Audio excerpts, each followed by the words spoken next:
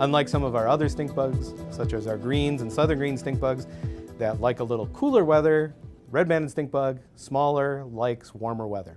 This is a real interesting pest.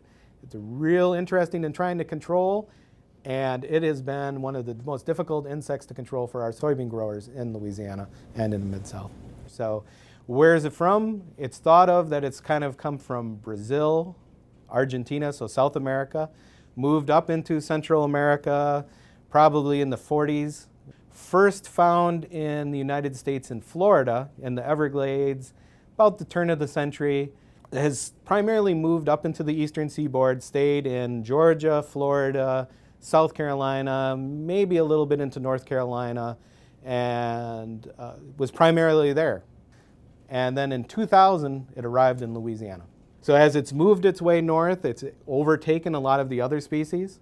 In other words, it is now the most prevalent stink bug that we find in soybean. It has a lot of new challenges that we didn't have with the old ones. The old ones you could call and get a spray, somebody to spray the field, and you're pretty much done. You had a probably 2 to 3 week window where they were under control, and still check the fields just to make sure they're not coming back. But with this red-banded, you've got to work on them pretty much continuous.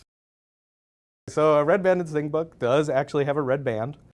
Ways to identify it is part of it's the band. If you would flip it over, on its underside it has a spine that's easily identifiable between some of the coccyx of the legs. Another identifiable is just the shape of its body structure.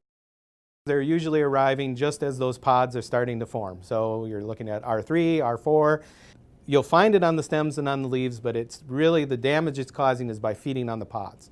By stressing that plant so much, those stink bugs, and red-banded stink bug is a lot more damaging, you can't harvest the plants.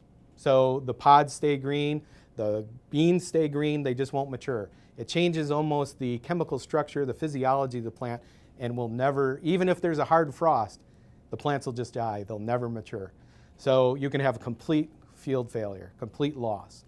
At other stages, typically what we're seeing for growers, you can get anywhere from, if you have a small infestation at low numbers, as low as 10% yield loss. We've seen as much as 80 to 90%. So are insecticides effective? In terms of red-banded stink bug, not so much.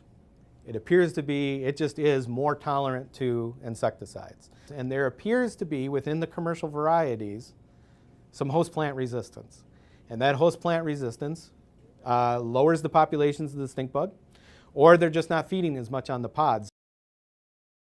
So when would you apply insecticides for red-banded stink bug? So what you're going to be doing is you're going to be scouting. So first part of integrated pest management, IPM, get out there and scout, right? So go out early, often, right? And once they reach a certain threshold, okay, you're going to go out and use those insecticides. So usually we want our growers to start monitoring right at R3. That's when those pods are starting to form, and you're going to monitor all the way through to at least R6.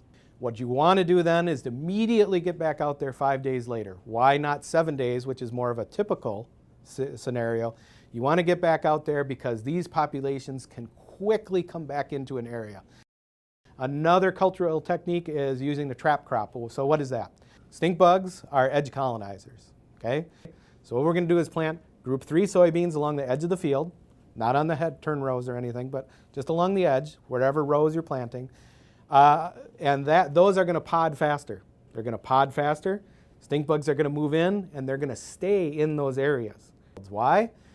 Because they're looking for legumes. They're looking for soybean. They need to feed on soybean to reproduce, to get the nutrients they need to get the next generation. So what do we find? Earlier maturity varieties, group 3s or group 4s, actually have higher populations than our group 5s. Our farmers are doing a great job. Our farmers could put a little, they could be doing more trap cropping.